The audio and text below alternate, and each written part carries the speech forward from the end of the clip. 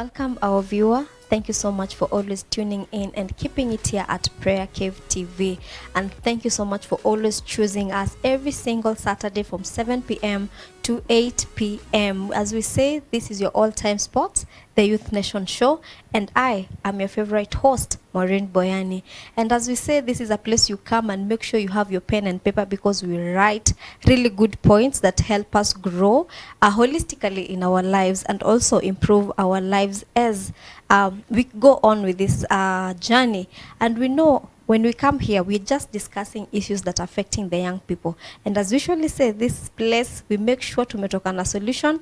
If not, how do we navigate through the issue? And without talking sana, we have our own and only kama kawa kama dawa. Guys, karibuni sana. My name is Ron Kenoli. Mazee tumewangojea. Thank you for keeping it here. We have a lot to talk about in store that has been put for you, Mazee. And we do have our guest here, Mazee. Yes. We'll just let her introduce herself. Karibu sana. Thank you. Hi, everyone. My name is Esther Muthoni. I am a psychologist in the making. I have taken psychology as my undergrad, awaiting graduation. I've been a peer counselor and I do mental health. It's my food, water, everything. Yeah. Beautiful. And so today we just want to talk. Are we even mindful when we talk to people? Are we mindful of our relationships with others? Do we even mind how they feel, the way we talk to them? Yeah. Or when someone comes and approach you and tell you this is what they are going through, do we even empathy with them? Care? Do we even care? Ama manze ni life yake. And the funny thing is, a lot of things that people need zinakujanga na relationships. It is true. Even God works through people. Exactly. Kuna somebody alikuwa anasema that the thing you have prayed for has already been released. It's just that it's in another man's hand. Yeah. Na niwe tu ujenda kuichukua. But then they say it's just around you. Yeah. So today we want to talk a lot about emotional quotient. Kuna intelligent quotient na emotional quotient. Yeah. And the English right there is already quite heavy. Tayari na English hapo proper. So I don't know, Esther, how can you define emotional quotient? Okay. I'm saying this definition from people who have done research. That is from Daniel Goleman, to be specific. He was a psychologist. So he says emotional intelligence is you being aware of your emotions and you're able to manage your emotions so that you're able to understand another person's emotions, and you're also able to help the other person even manage his or her own emotions, right? So I'm able to understand myself. I'm able to understand my emotions. I can control that. You know, sometimes our emotions control us, and many a times they do, right? Unakasirika tu unapiga mtu na hii glass, ndio. Unasema sometimes. Almost all the time. Yeah. So for that person whose emotions are controlling him or her, we might say that person is not emotionally intelligent, right? Yeah. So it is you being aware of your emotions. That is the first thing. And then you're able to manage your emotions. And then what you have, what you give what you have. You cannot give what you do not have. So if you're able to understand yourself and your emotions, you're able to understand another person, right? Yeah. Yeah. Sai tukisema emotional quotient, how are people so aware about this? Like, kuna wasi wanajua there's such a thing, ama how is she to life, like they just move with life. They don't care, bora amesoma. They don't have that EQ in them. Depending with our culture, our African culture, it's not something that we are so much aware about, aware of, because you understand, because tunajua tumetoka mahali pamoja. So sometimes you find we are not given the right place to express our emotions, we do not grow up expressing our emotions, right? You see, like for a child, mtoto akipigwa anaambiwa kwani unalia? Hebu nyamaza, panguza hiyo machozi. You see, this child grows knowing up crying is not good. Crying is, you're not supposed to express that emotion of sadness. And if you're feeling pain, you're supposed to numb that pain, right? So this person, as he or she grows up, you find old people who are there numbing the pain. Yeah. You look at that person, Mrs. Kivibaya na sayo, it is all written in the face. Anasikia vibaya. I mean that even our parents were not emotionally intelligent. Yeah. Unfortunately, it is right now that we are getting to know about that. And that is why people are doing things differently. Yeah. So, and our parents, of course, were raised with that. So they gave us what they were given, right? But now for us, we have, as we're having this conversation now, it's an evidence that these things are changing for now. So it's true. People are just living, but watu wanasema hii concept ni ya majuu, no. Okay, keep Hata kama ni ya majuu, it's here to help us, guys. Yeah? Because as you have said, it's you understanding your emotions and being able to put them under control. Yeah. And the moment you're able to do that, then you can implement it to the other person, or maybe you can understand. So utajua when this person is reacting like this is how I'm supposed to handle them. Exactly. At least if to reduce scales. True, because some people use it as a form of power and control. Have you ever had someone say, mi nikikasirika utanijua, hata usitake nikasirike. You know, that is control and power, right? But now we are able to know how to deal even with this person mwenye anataka kukasirika na mwenye anaweza kasirika to another level. Yeah. Nimekusikia ukisema crying.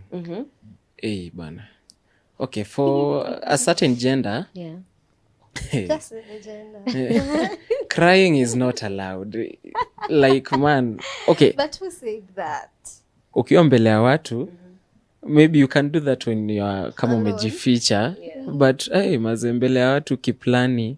And I'm curious, ukisema crying, like, is it important? Yes, it is very, very important. And okay, I wouldn't say whether it's good for you to cry or not to cry in katikati ya watu ama peke yako. I think that is for you to choose what works best for you. But it is so important to express that. You know, sometimes it's okay to just sit down and feel the pain.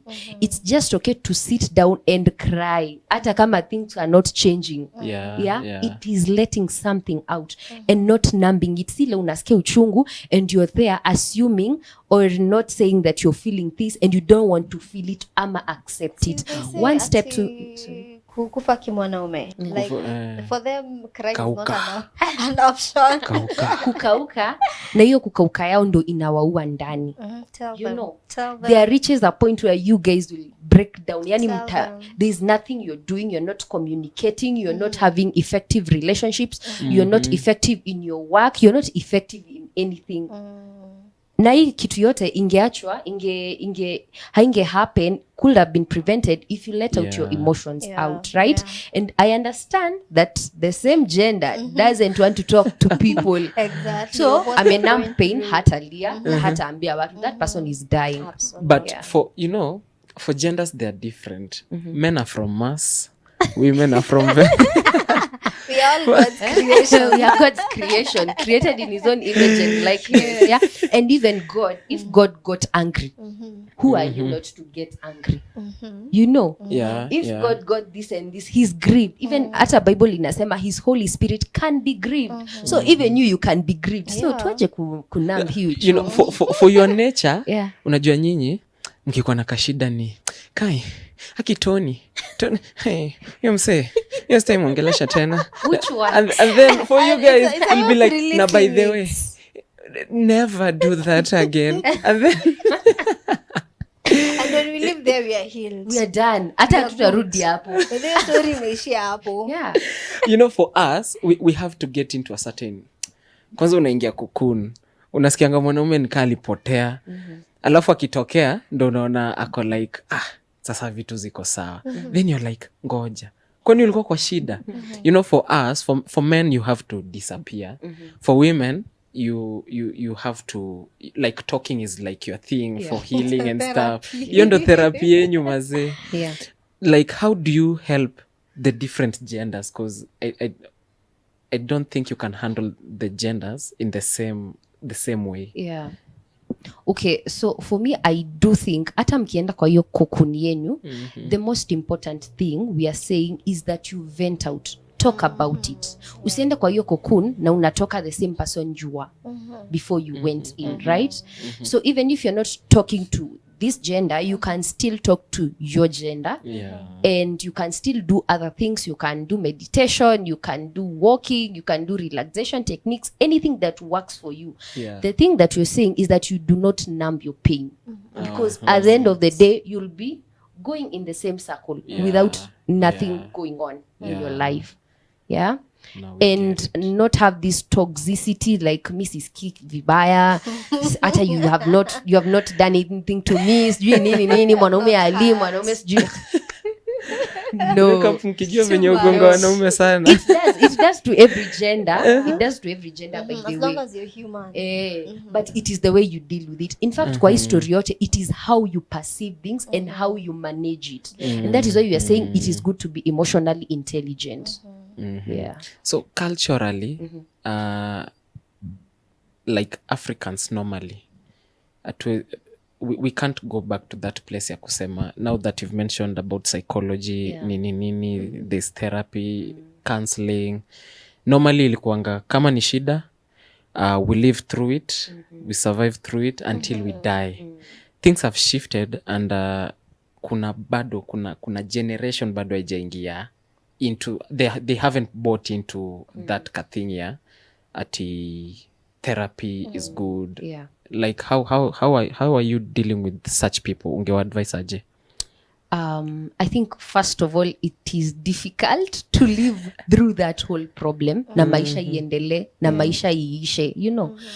I mean, God has given us wisdom. He's the same God who created these people. When you may develop his knowledge, therapy and everything. And it has been proven. Many may prove in our work. It is working, guys. It has worked with me, guys. So imagine you can go to that therapy and you won't turn into an animal. You won't. You know. I think first of all is to remove those stereotypes zenye tuko nazo kuhusu therapy. Therapy is not first of all, they say it's so costly. It is affordable. It is not for mentally insane people. It is just to help you.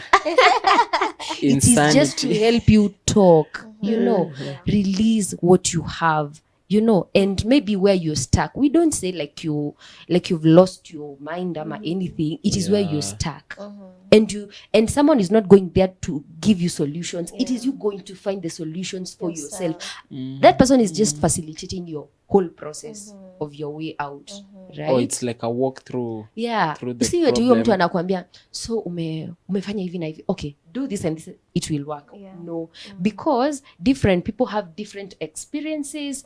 They have different temperaments and personalities. So what works for me wouldn't work for you, Maureen, right? So it is you going there to find a solution for yourself. That person is just facilitating the whole process. Even as the Bible says that we are perishing because of lack of knowledge. But now we are living in the days of information is everywhere. So it is up to somebody to get this knowledge.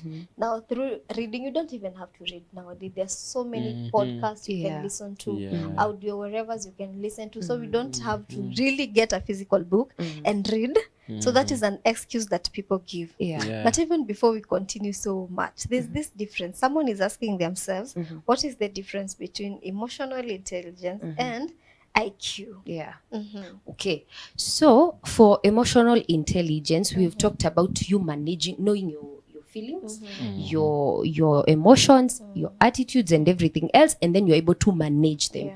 So for emotional intelligence is something you can develop. Hata sahi mamako 90 years anaweza kuwa emotionally intelligent. You know, it's something you can always develop. In comparison to what is it called? IQ.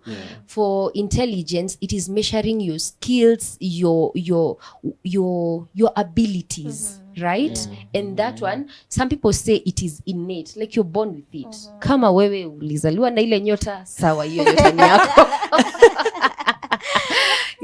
But for emotional intelligence, we can all develop it at any age. Any you can build the life you want. I actually wanted to ask you whether, okay, nilikuwa naona like IQ is the one that can be developed. EQ at some point, maze kuna age msea kifika nika it's long gone. No. Actually, with the experiences of life.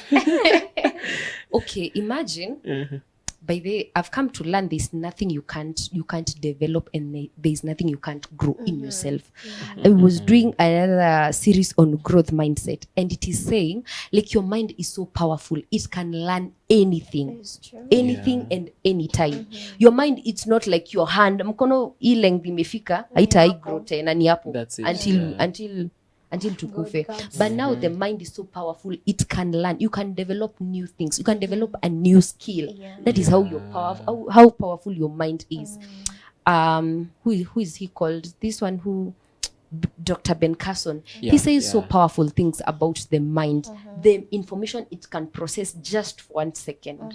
You know, okay, saizi naweza kosa kushika concept nikianza saizi, but with repeated effort, that thing will come in mind, right? So since we've talked about emotional intelligence, is something you can develop. See, you can still start right now. You can start even when you're 50 years old. Your mom, your shosho, anyone can develop their emotional intelligence, because we have 5 components to start with. For example, empathy. Right? So empathy is when you are able to relate, and be in someone's shoes, so that you can be able to feel how that person feels, relate with that person, so that you are not able to judge that person, right? In comparison to sympathy is just pity. I'm having pity on you, but at the same time I'm like, oh, thank you Jesus, I'm not in that case. Thank you Jesus, rescue God. You know, and being empathetic, you can start it right now. You can start it 10 years to come. It depends with you, right? So, but don't you think even IQ we can develop it?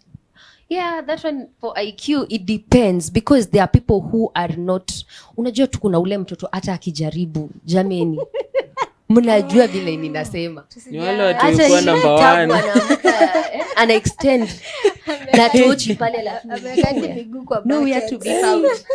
Maji ndani ametulia. But interestingly, it has been found that the more somebody is emotionally intelligent, the more he or she is zina correlate, by the way. Wow. They correlate. So the point here is to make that thing habitual. You can grow it, make it learn. And venye tu umesema, right now we have information. Social media is there, and we as the youth, kila mtu ako na simu, kila mtu ako kwa simu. You know, even before we talk, kila mtu ako kwa simu, right? So we can use it for positivity. We develop our emotional intelligence. Now that gets me thinking that emotional intelligence, like for instance, you've talked about there's a correlation with IQ, and we are usually told habits makes character. So I think the moment you create this character, maybe for example of being empathetic, or maybe developing your social skills, you know, you can be able again now to improve your IQ. You'll be able to, things are going to be, you're going to continuously utashika continuously what you ukiendelea to do it habitually until it becomes a character in you. That is so powerful. Now talking about emotional quotient, like what does it entail? Kuna vitu ulikuwa umeanza kumention like the empathy, nini. Kuna mse anasikia tu emotional quotient anafikiria ni kulia tu. Kuachilia tu. I think kwanza umeanza na point mzuri, the stereotypes people have about emotional intelligence. Nikuwa emotional, nikuwa tu mtu mzuri, nini ingine, it is a jam sasa that's your true self. That's your true color. But emotional intelligence is about you knowing, you know your emotions, and then you're able to manage them, right? Okay, so now the components, I had started with empathy. The other one is self-awareness. You know your emotions. How can you be more aware of your emotions? You can journal. For example, I'm feeling so mad about this person, about this thing. Kwanza kuna saa ingine simu tu ina hang in the middle of your business, it is hanging, and you just feel isimu nitaigongesha hapa kwa wall, and then you just say okay, lakini nikigongesha nitateseka. You know, you journal, you can meditate, you can ask for constructive feedback. For example, you Maureen, somebody who knows you, how do I react when I'm angry? How do I react when I'm sad? That way you're able to know your emotions, right? No, okay. Someone And is I looking at confirm. me. I should even ask that question Should after ask this. that question. And then in case it's something you do not want it to happen, for example, when you're sad, maybe you don't talk to somebody and your work needs to get done. Yeah. So how will you do your work and you're sad the whole day? Let's just say a whole day you're sad, so inamaanisha hiyo kazi itafanyika, Just true. and your boss needs your work to be done, Yeah, right? yeah. So you know how better you can manage that sadness. So the other component is self-regulation. Yeah, you manage your emotions, you regulate them. See, tumekasirika, now this whole place is going to know Esther is angry today. Yeah. Yeah. Yeah. And remember, God did not create us alone. No man is an island. So everywhere you go, you will be having people around you. Yeah. Right? Whether you go to where. So how are you going to manage your emotions so that you do not affect the That's around. conduct of another person? Yeah. Right? Yeah. Okay. And then you're able to have motivation. Yeah? Because motivation is a whole topic. It goes beyond money, cars, fame, like these things that we see outside. Motivation, deep motivation and true motivation comes from inside, from within. The way you're motivated to come to your work, to host this show, to sit there and do something without somebody giving you money. Yeah. Yeah. Yeah. That alone is motivation, and we call it intrinsic motivation, which comes from within. So whenever you have emotional intelligence, however much you're emotionally intelligent, you're able to manage yourself, to do things even without waiting pushed, somebody else to push you. Yeah. And where is the place of now external motivation, or we don't need the extrinsic part of it? We do need, but it should not come as frequently. For example, you are intrinsically motivated to do this show. Nobody is telling you come and do this show, right? And then you find every time you're doing this show, your boss gives you 10,000 shillings. The second time, 10,000. So your motivation will shift from ini kitu napenda kufanya to like, bosi yangu atanipea 10,000 after this. So extrinsic motivation, it should be there to push you a bit. Not every other time you're relying on it. Sawa, yeah. Because at the end of the day, sasa ile ya kujiskuma ukuje, itakuwa like, leo nipei 10,000, wallahi hiyo show sikam. Hata siendi kuifanya. Yeah.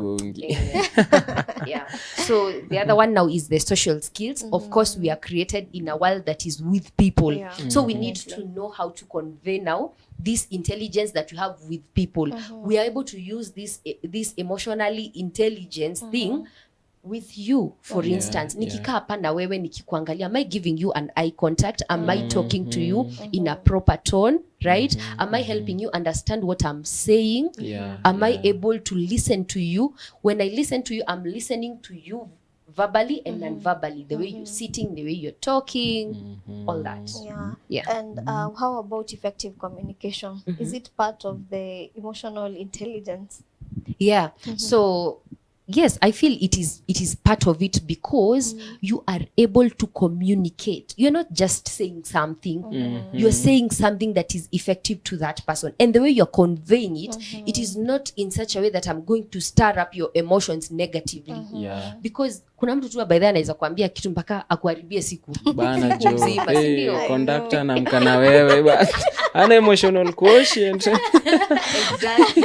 Ama ule mama wa M-Pesa. You know, those ladies used to be. Wamejama asubuhi. Unatoa ngapi? Atutoi 50 wewe. You see, so I feel communication is actually very, very much important, and it's not just verbal communication, even non-verbal. Yeah. And I believe in an effective communication, there's the place of feedback. Yeah. So you giving the constructive feedback as well. Okay. Talking about the effective communication, most of the time when you're trying to deliver, hata ukiangalia in places like church, whether it's politics, the best way people listen, I think, is when you're communicating to their hearts, not just their heads or their brains, nini. But for men, somehow you first have to convince my brain before. They are logical thinkers. Yeah, you have to convince my logic. But do you think like history, like penye mse anatoka can affect their emotional quotient? Yes, I do think. For example, we cannot compare ourselves saizi. Ni saizi tunaanza kujua hii mambo. In the Western world, those people are taught, like there are even activities to develop your emotional intelligence. How are you feeling today, my child? How are you feeling today? I'm feeling very sad. Why are you feeling very sad? My teacher told me this and this. How did that make you feel? I felt like slapping the teacher. What do you think the teacher told you so? You see, that child is being aware of their emotions. Huku mtoto anaambia ukilia wewe, fanya yeye ama nikupige. Na nikikupiga ulie. You know. True. And even so when it's like we are happens confusing even this in child. School, you can't even come tell your parents. Because kitu ya kwanza ni wewe uko na makosa. Yeah. Hata hataki kujua ulifanya nini mwalimu. So what are we teaching this child? Yeah. Don't express yourself. And the first thing to emotions, it is knowing what emotion am I experiencing right now? Yeah. How can I deal with it? How can I manage it? Right? So of course, place mtu anatoka hiyo ina it affects. Place mtu ametoka yenye mtoto anafunzwa to express, to manage, you know, and also to deal with them. Of course, huyo mtoto atakuwa very different with the other child who is. Kuna mtu sahi akisikia mtu yanaulizwa How do you feel? What do you mean? How do you feel? I mean, kuna mse anaona we are going to create a weak child here. Na tutaki hiyo mchezo. Kauka.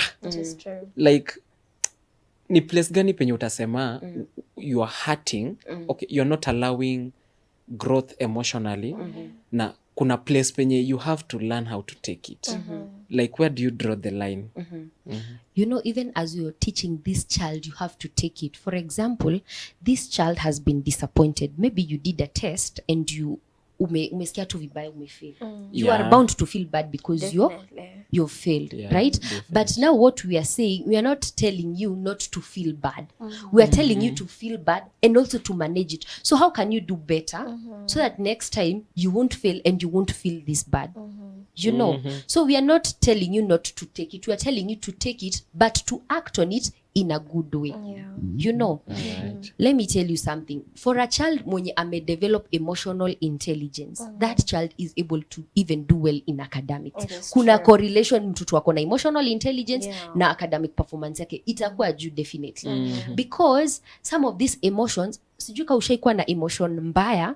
For example, you are so mad at someone or something until you are not able to do anything. Yeah. There are people who even shake. There are people who can't even speak when they are angry. Mwingine analia. The whole time. Na hiyo kitu inafanya asikuwe effective. So what does that mean? Our emotions can affect us if you do not learn to manage your emotions. Sawa? So for this child who does that math, unajua kuna zile math ulikuwa unafanya aki umefollow steps nini huko chini tu inaamua it will not math. What was it called? Your ledger. You are balancing, it refuses. And you get angry. Unasema hiyo kitabu ya business nimefunga.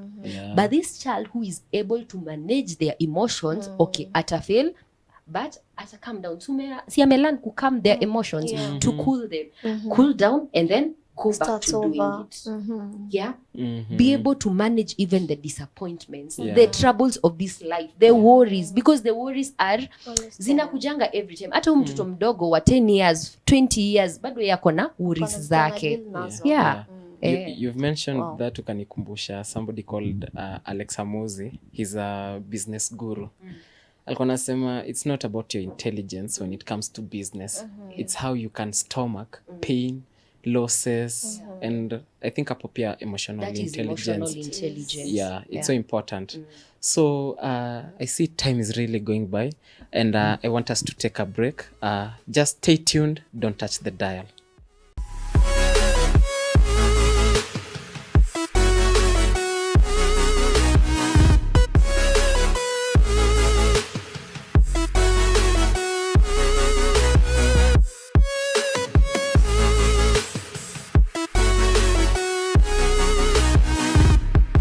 Welcome Welcome back from our short commercial break. This is the Youth Nation show, and we are so glad that you've stayed in tune with us.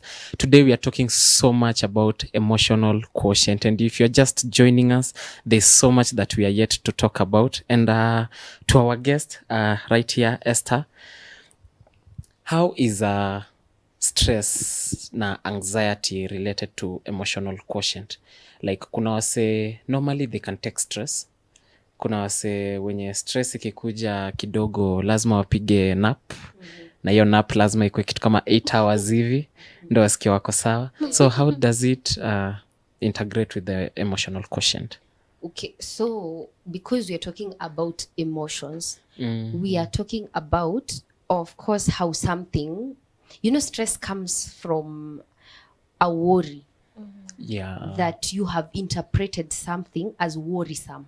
Right? And so that thing cause you a mental apprehension, like you're not stable as you used to. Yeah. And different things can cause you to have stress, can cause you to have anxiety, right? And it's good, it's normal, and it's okay to have something worrying you. For example, you've not submitted your work, ama hujafika kazi on time, that one will cause you to be worried. Yeah. So when now it is repeated, it is so much consistent. It is like every day you are always worrying, and now it has come to prevent you to do something. For example, if you can worry about your effectivity in your work, so that now you're not able to work properly, efficiently, you're not able to deliver, now that is a problem. So emotional intelligence comes in when now you're able to identify your worrisome thoughts. Why am I worried? How is my behavior when I'm worried? Is it preventing me from working? Right? So when you're emotionally intelligent, you are able to manage that. You're able to manage those thoughts, because sometimes it is those thoughts that are irrational that prevent you even from doing anything. It's true. So the continuous problems ndio shida. But easy daily kidogo, they are good. They help you. They even give you the pressure and even the motivation, because as we are talking about intrinsic motivation, it adds on to it. But now when it is repeated consistently over a long period of time, and it is preventing you from doing what you're supposed to do, now that is a problem. But that means if you're emotionally intelligent, then you can you're in a place to ensure that this worry does not get into stress, because you're able to manage it and handle it in time, or the stress does not go, because there's some good stress and there's some bad stress, so it does not go now to that level of becoming a depression, right? The good stress, a little bit description. The good stress, for example, you're stressed about something you're supposed to do, right? You've not done that thing, so you're stressed about it. Of course, it keeps you thinking, why am I going to get a chance to do it? Nini. So at the end of the day, you end up doing that thing so that your stress iishe. For example, kuna kazi pending hujafanya, you're supposed to submit that work and you're stressed about it juu uko sherehe mahali, right? Utatoka hiyo sherehe yako when ufanye kazi yako, right? So that is a good stress. That's a positive but now one. when it is repeated, inakufanya mpaka ushindwe kukula, or it has changed your behavior. You are more than eating, right? You're more than eating. Eating is now you. You and eating, we don't know the difference. We might as well change your name to eating. So that is a problem. So kwa the place here, the stress, there's somebody that describes the stress. When you think about it just a little, there's no problem, but holding on to it for so long, that's where the issue now arises. Vitka depression, nini. How can young people assess their emotional quotient? Kusema Maze, I think from where I was to where I am now, I've improved. I think looking at the 5 components to start with is a very good thing to evaluate whether you're emotionally intelligent. We've talked about social skills, empathy, motivation, self-awareness, and self-regulation. How do you react when somebody has made you angry? Right? You first check on those, and then you can still observe your emotions, right? When you're angry, ebu jisikize, jipeleke mahali ujisikize. Jite mkutano mahali. And then you see how you react. Yeah. And then you observe also your behavior. But don't you think at that particular moment you always are validating what you're feeling? Your anger, unajiambia vile you have the right to be angry that time. So you don't even have that time ya kujisikiza because you think you're right at that particular moment. That is very true. And that is why we are saying, as you, as now that person, we want to know whether you're emotionally intelligent. You ask yourself, what now do you do after that? You observe your reaction to that thing that is making you angry, because you're giving yourself a right to be angry. And some of these emotions, by the way, as you've just mentioned, it's good to know how we can tone them down. Because for instance, anger, you see, for anger, you start thinking, actually anger, it's the thoughts. For example, nimekukanyaga, you start thinking, no, this lady thinks she's better than I am. She thinks she's dressed in very nice shoes than I am. That is why she has a right to step on me. She thinks I am not a person with feelings. She thinks. That one will give you a reason to be angry. Yeah, and to even harm me.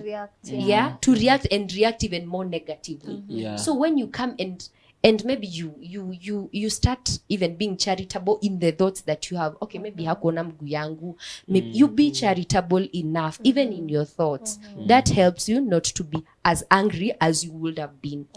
Right? So nikisema tujisikize, I'm saying let us take time to process. Kitu isikufanyikie and then no, take time to process, to think about it, and then you react. Now, there's someone who is thinking, because we are saying that being able to control your emotions, and maybe this being able to handle the stress before it gets to depression, that is being emotionally intelligent. But this person is thinking now, huyu mtu mwenye already ako into anxiety, mwenye already ako into depression, does it mean that this person is not hana ile emotional quotient? You see, as I was saying, I started with counseling, and I said it is somewhere you get to somewhere where you're stuck. So maybe this person akona emotional intelligence, but kuna point amefika, she is stuck. Right? And that is why we are saying you may need to consider other things that will work for you. For example, you can consider therapy. Right? But maybe the strategies zenye amekuwa akitumia haziwork tena. Maybe akiandika bado haimsaidii, anahitaji an extra thing to do. Right? So we are not saying that person is not totally emotionally intelligent, but we are saying that person is stuck and might need further help.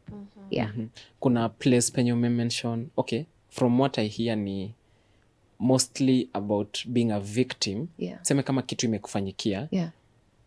Now, going to assess whatever is in you, hizo vitu, the empathy, nini. Tunaweza ongelelea mse mwenye, yendo anakosi hizi shida. Seme, let's go to siblings, because sasa in siblings it can be, mnapata, you are too close, you are always around each other, and makosa inafanyikanga. And there's always that person who is like a victim, and then there's that person who is like the person who is causing all this. As wana cause problems to others, kuna venye they can assess their own EQ, because sasa, you know, if you are in a dominant place, you cannot go back kwanza kujaribu kujireduce ati you are trying to make sure ati people around you are well. As long as uko sawa, you don't really care about your victims. So how especially narcissists, okay, tusiende huko sana, because those guys you know, they just care about themselves. Can such people who are causing problems even assess themselves? Is it possible? And it's both ways. Uyo mwenye ako victim na uyo mwenye anadominate sana. Both are supposed to assess their emotional intelligence, because one of the person is not able to manage. That person is projecting. Right? Most of these people actually project their failures, they project their feelings, their fears to the other person. So that person has not been able to be aware of what they are feeling. Instead, they are taking it out. They're taking it on another. They have not been able to feel. They have not been able to know this is how I'm feeling. Instead, sasa unajifanya umekasirika. Sasa you know. Taking it to the other person. And then for this other person who is now falling as the victim. Of Yeah. course yeye pia yeye hajaweza kuregulate vizuri, right? So that every other time receiving Yeah. receiving, right? Yeah. So both of them, they need to do an assessment. And even we have tests online. If you just go and search emotional intelligence test, ziko huko. Yani saizi by the way maisha imekuwa soft life. Yeah. Vitu ni Ile online. kitambo bana wangechukua PDF ngapi huko wa peruse. Uingie kwanza Macmillan library. Yeah. So those things are available and we can access them, right? So we can also listen to podcasts, as she was saying. Yani that information is there, is out there. It is us to Go for them. pursue it. Yeah, nimesikia umemention the tools tunaweza tumia. The other day I saw somebody we had gone to an estate to visit one of my uncles. Then in one of the places tunaona like nikamse yako, do they call it yoga? Like ni tools gani wasa wanaweza tumia? Because I've seen apps coming out ati they can assist in helping you in whatever, handling stress, anxieties. Do they really work? Yeah, they do work, but as I said, and I'll say this now again, one man's meat is another man's poison. So choose what works for you. Some will work with meditation, some will work with journaling, some will work with receiving feedback from another person, some will work with therapy. So all these techniques will work, but differently. It will work depending on your personality, depending on how you interpret it. For a religious person, Christian religious person might think yoga si mzuri. You know, right? So that won't, hata ukimjaribu mpeleke mpaka wapi ndio afanye, yeye haitaimsaidia. So choose what works for you. Mentioning podcasts, videos, books, kuna zenye unaweza suggest when dealing with your troubles? I've had a lot of Daniel Goleman, that is on YouTube, and also Jordan Pearson. He's done a lot about it. Then there's also TEDx. YouTube videos about it. Emotional intelligence is out there. We need to get to know how we can pursue this knowledge. Si hata Bible inasema wisdom iko huko nje kwa streets inalia. We need to go for it. That's true.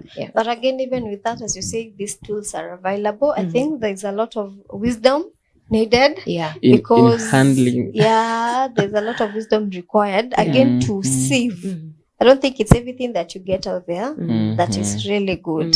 So it has again upon you to have the wisdom and know what is right.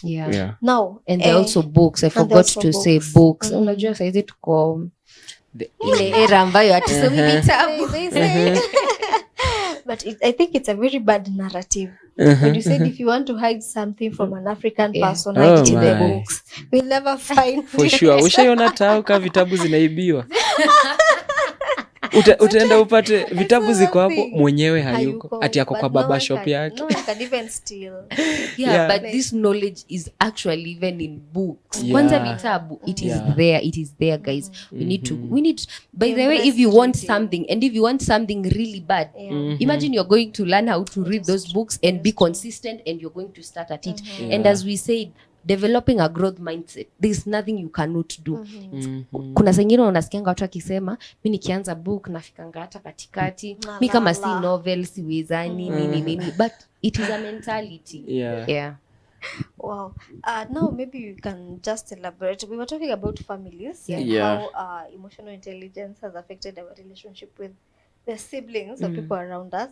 What do you think is the place of emotional intelligence when it comes to building relationships?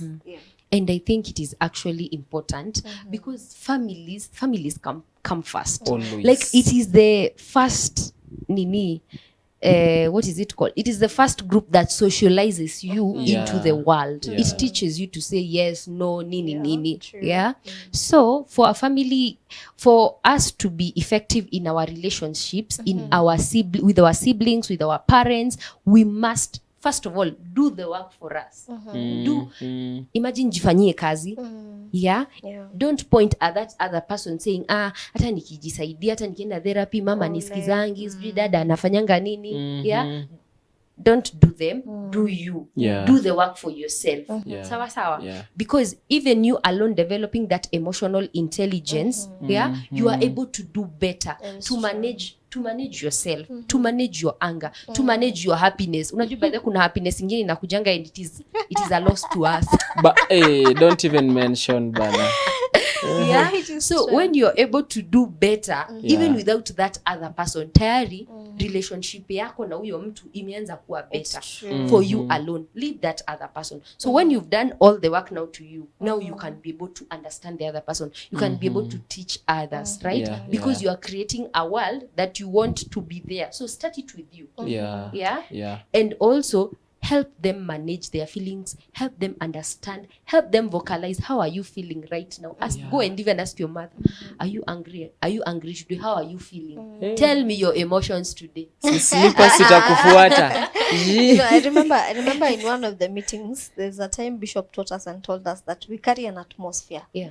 And your atmosphere, it's either your atmosphere attracts or repels. Yeah. And when you're saying that it's good to work within you first, so I'm thinking now when you work on yourself, you'll have this atmosphere that's going to attract that even if this other person has not worked out their emotional intelligence, they can just tell ule huwezi muendea hivi, ule you can't approach them like this. So they're also learning from you, which is a good thing. Which is true because we allow people, you know, when people come to your space. For example, I've come to your space today. The way you address me, the way you talk to me, I'm going to know how I'll reply back.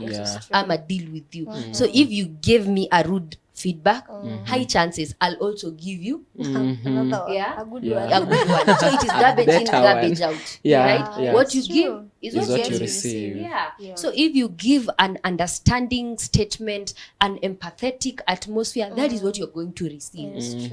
And people will always treat you the way you allow them to. So it comes from I love that point of self-awareness, because it's until you know yourself first, you do that examination, examine yourself, assess yourself, and then from there now you'll be able even to know how to handle people, and people will know how to handle you. But it's so challenging doing the work. There's the work in it. Even sometimes you think when you go for therapy it's going to be all sun dry, shine. No, you go there and that day you don't want even to talk. The therapy has evoked something you didn't want to deal with. So sometimes these patterns, unajua ni kitu umezoea kupitia.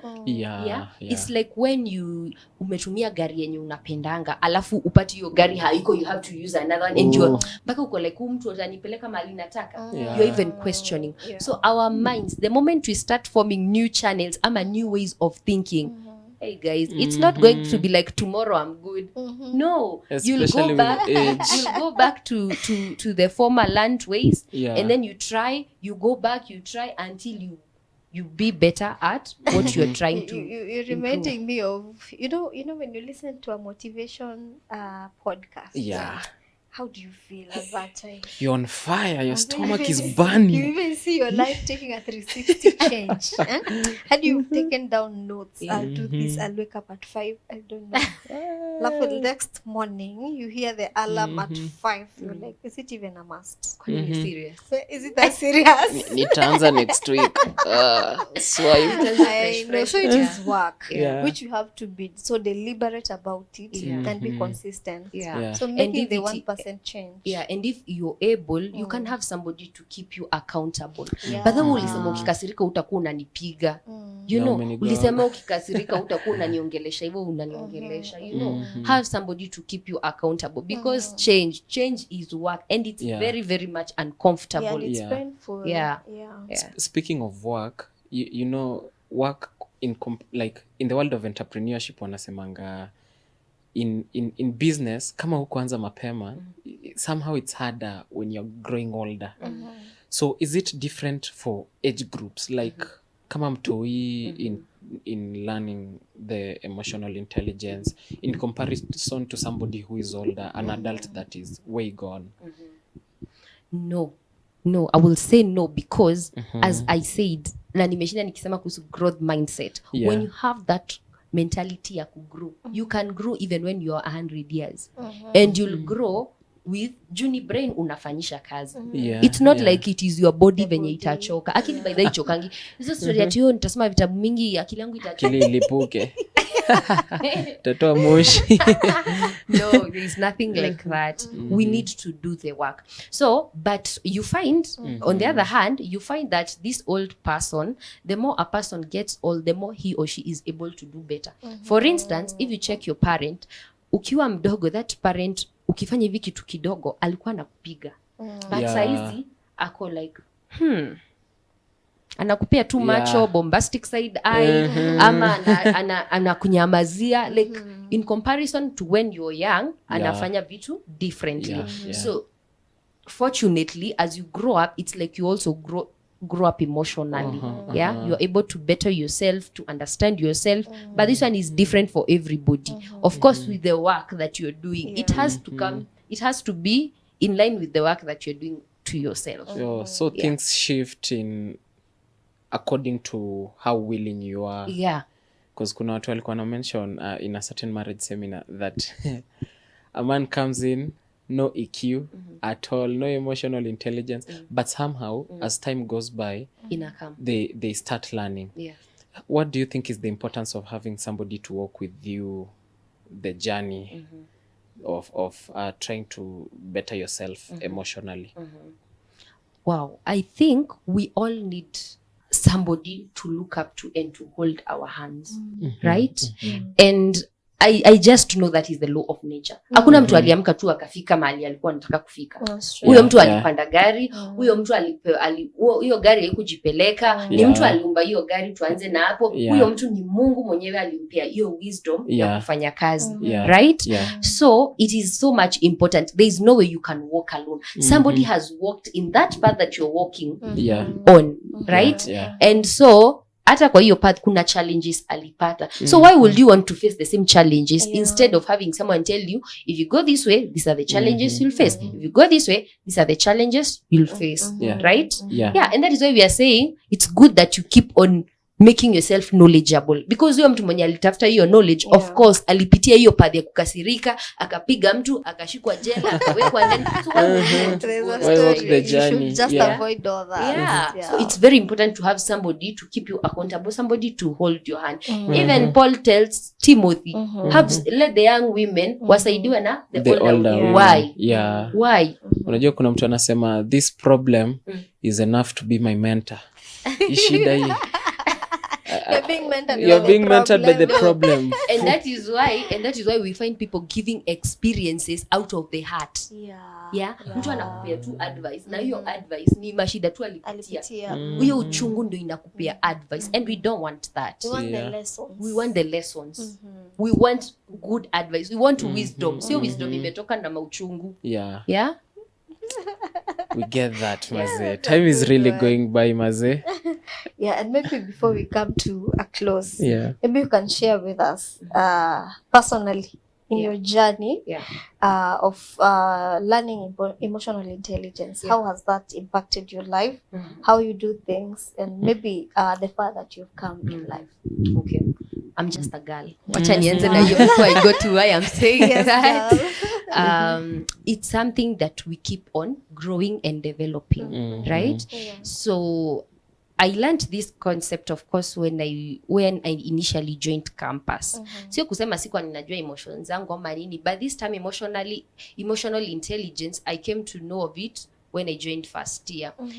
And then I was like, because I was reading somebody's work, and that person was saying, there's a way your emotions your emotions and your body ziko related, like how you behave.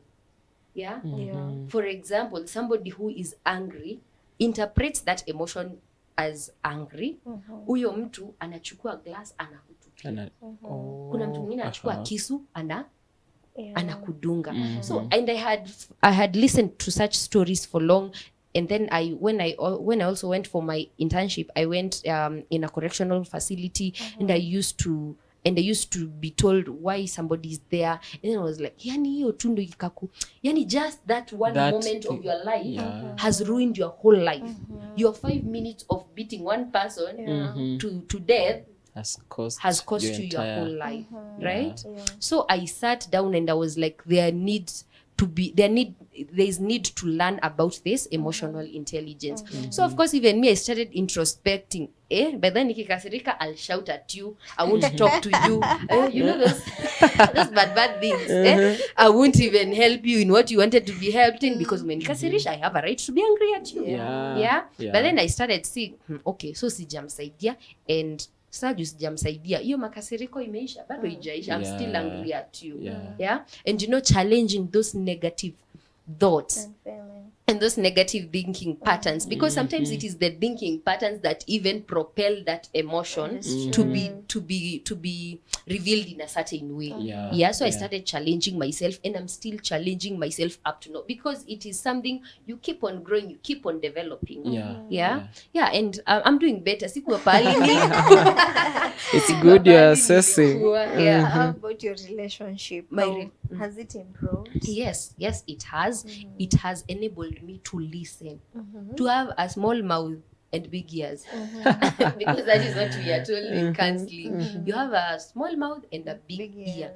You listen to a person, you listen to that person, whether that person is silent, you listen to that silence.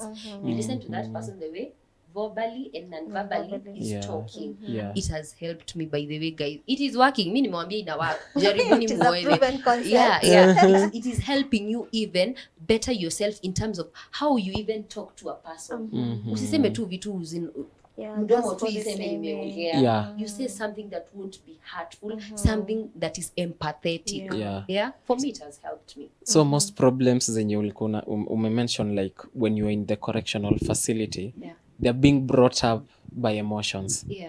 Most of them, it is maybe a simple thing of somebody made you angry, and in an instant, in a snap, unatupa ngumi, you did something that uko like, hey, ni kama nimerudi sasa to life. And when you come back to life, you are like, what did I do?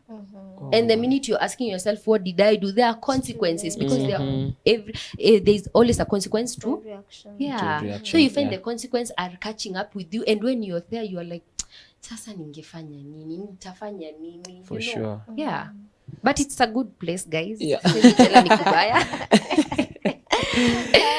And when you're sharing that, I was thinking, baby, this thing is nice, especially for a person like you, who is a therapist, because people come and pour out their emotions, and sometimes when you're listening to them, you're like, oh my God, this is because you're empathetic, you also feeling their pain, and now it takes someone who is emotionally intelligent again to know how to calm that and handle that. And again, sometimes, of course, we are human beings. Sio kusema ati sasa sisi tuko kwa hiyo profession, ati sasa utapata makanga amekukasirisha hiyo asubuhi atakukasirisha, and you are going to have a client there. So will you project your feelings to that other person, or not listen to that person because somebody else has made you angry? No. And that is the same case for all of us. Sometimes it is your boss amekukasirisha, unaenda nyumbani, unaenda kwa girlfriend yako, you are shouting at your girlfriend, you are shouting at your sibling, you are not talking to your parent, because of what happened during the day. So being emotionally intelligent will help you in all that. You'll be able to know how to treat the other person right, despite of you coming to a place of maybe anger or something. Hey Ron, what was your takeaway today? At some point nilikuwa nasikianga mko na counselor of counselors. But then you counselors. Yeye anapelekana kwa nani?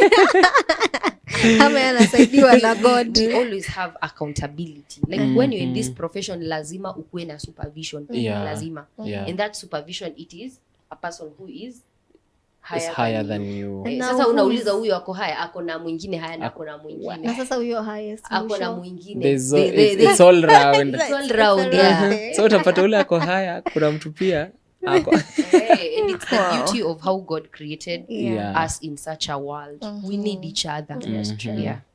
That's nice, Maze. There's so much still to cover, but emotional quotient is such a huge topic. But whatever you've had, young people, Maze, unajua most people react to emotions. Like, unasikia mtu alitupa ngumi, mse alizima tu one time. And for your entire life, everything has shifted. Kila kitu imeenda segene mnege bwana. But either way maze, let's try to assess our emotional quotient. As young people we still have the time, read books, kuna podcast, and kama una watchi maze, thanks. Keep commenting, tell us what you want to see, what you want to hear. Leave us a comment. We still want to hear what your perspective of emotional intelligence is maze. I've learned a lot. I don't know what you've learned, Maureen. I've also learned a lot. Yeah. Especially I love the 5 components. Yeah. I love to be Empathetical. This is something I feel takes and be intentional. Mhm. Be empathetic. Yeah. I learned to be self-aware of myself. Mhm. I learned communication. Yeah. I learned how to regulate all these things. Mhm. Oh my God. And so much more. And thank you so much for joining us today. Thank you for having me. Thank you. Okay, so that's it for today. This has been your sport, the Youth Nation show. Join us next Saturday right here at the same time. We can't wait to have you. Peace.